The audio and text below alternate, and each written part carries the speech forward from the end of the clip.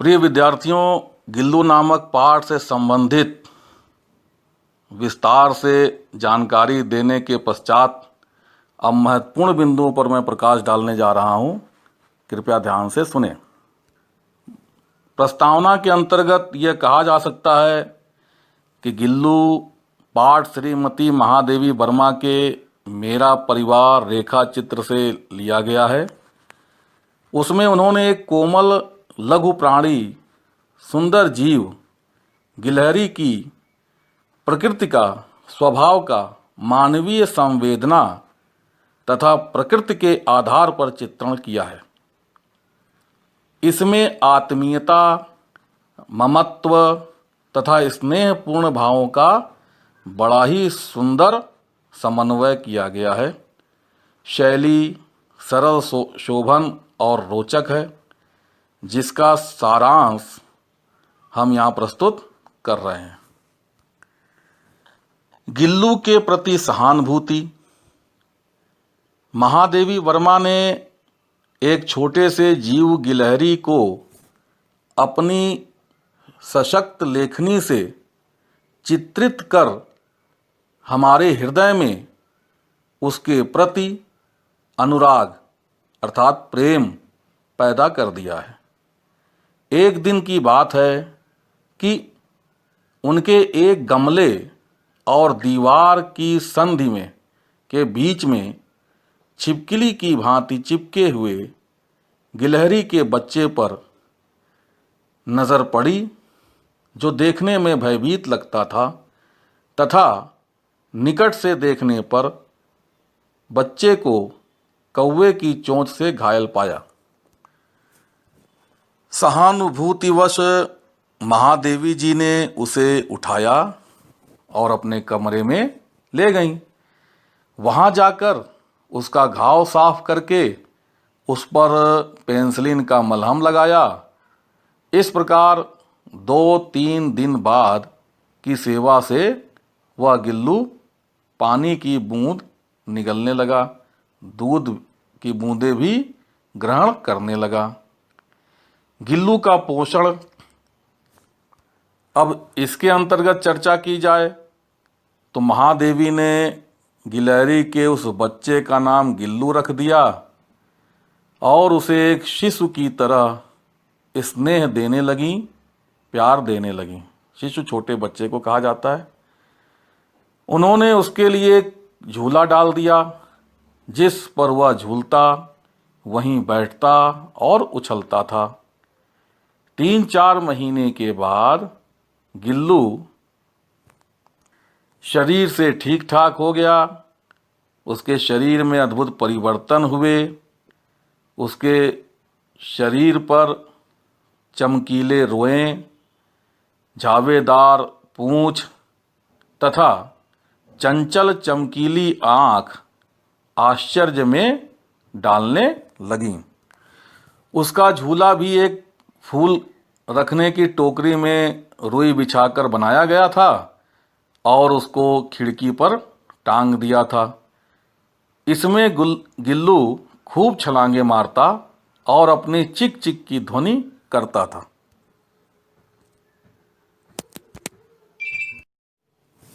गिल्लू और महादेवी, इस बिंदु के अंतर्गत अगर मैं चर्चा करूं तो बच्चों, यह स्पष्ट है कि पूरे 2 वर्ष तक झूला ही गिल्लू का घर रहा।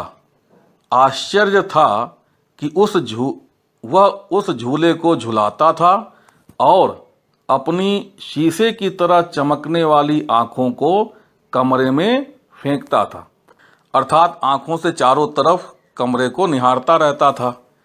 ऐसा लगता था कि मानो वह कुछ सोच या समझ रहा है। लेखिका का ध्यान खींचने का एक यही उपाय था कि वह खिड़की से अपना सिर निकालकर कमरे की ओर देखने लगता था। कभी वह उनके पैर से लेकर सिर तक चढ़ता और उतरता था, कभी वे उसे पकड़कर एक लंबे लिफाफे में बंद कर देती और केवल मुख खुला रहने देती। जब गिल्लू को भूख लगती तो वह चिक चिक करता और काजू तथा बिस्कुट खाकर फुदकने लगता था। गिल्लू काजू खाने का इतना शौकीन हो गया था कि बिना उसके वह भूखा ही रह जाता था। जब महादेवी जी कॉलेज से लौटती और अपने कमरे को खोलती थीं तो गिल्लू उछल जाता और उनके पैर से सिर तक चढ़ जाता। कभी कभी तो वे चौंक पड़ती थीं। गिल्लू की समझदारी अगर इस के अंतर्गत बात की जाए तो बच्चों, जब महादेवी कमरा बंद करके बाहर चली जाती थीं और गिल्लू की खिड़की खुली ही छोड़ जाती थीं तो वह निकलकर बगीचे की अन्य गिलहरियों में मिलकर खूब शोर मचाता। परंतु समझदार इतना था कि ज्यों ही 4 बजे कि वह चिक चिक करता अपने झूले में ही आ बैठता था। उसकी इस समझदारी से लेखिका हैरान थी। गिल्लू महादेवी की भोजन की थाली के पास बैठकर एक एक चावल लेकर भी खाया करता था।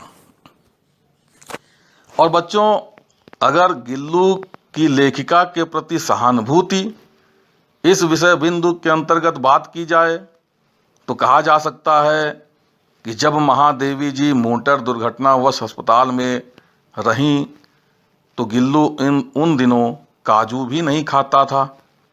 आने पर उसके झूले में बहुत से काजू पड़े मिले थे। यह कम आश्चर्य की बात नहीं थी। गिल्लू का अंत, इसके अंतर्गत अगर बात की जाए तो गिलहरियों के जीवन की अवधि ही लगभग 2 वर्ष होती है। आज गिल्लू ने दिन भर कुछ न खाया। रात्रि को वह झूले से उतरकर उनके बिस्तर पर आया और अपनी उंगली से लेखिका की उंगली पकड़ लिया। यह वही उंगली थी जिससे घायल दशा में उसका मुख्य रूप से उपचार हुआ था। गिल्लू का बदन ठंडा हो चुका था। अनेक उपायों से भी वह गर्म न हो सका तथा गिल्लू ने अपने प्राण को त्याग दिया। उसकी समाधि सोन जूही के नीचे ही बनाई गई। आज भी उसी स्थान पर खड़ी सोन जूही महादेवी को उसकी याद दिलाती है। प्रिय विद्यार्थियों, महादेवी वर्मा जी द्वारा रचित गिल्लू नामक पाठ को भली भांति समझाने का मैंने प्रयास किया है। मुझे उम्मीद है कि आप अच्छी तरह से बातों को समझ गए होंगे। फिर भी कोई समस्या हो, कहीं संदेह हो तो आप निसंकोच संपर्क कीजिएगा और आपकी सुविधा के लिए मैं प्रश्नों के उत्तर की अलग से पीपीटी भेज रहा हूं ताकि सरलता से आप सभी प्रश्नों के उत्तर को अपनी उत्तर पुस्तिका में लिख सकें। आप सभी को मेरी हार्दिक शुभकामनाएं। खूब प्रगति कीजिए, प्रसन्न रहिए।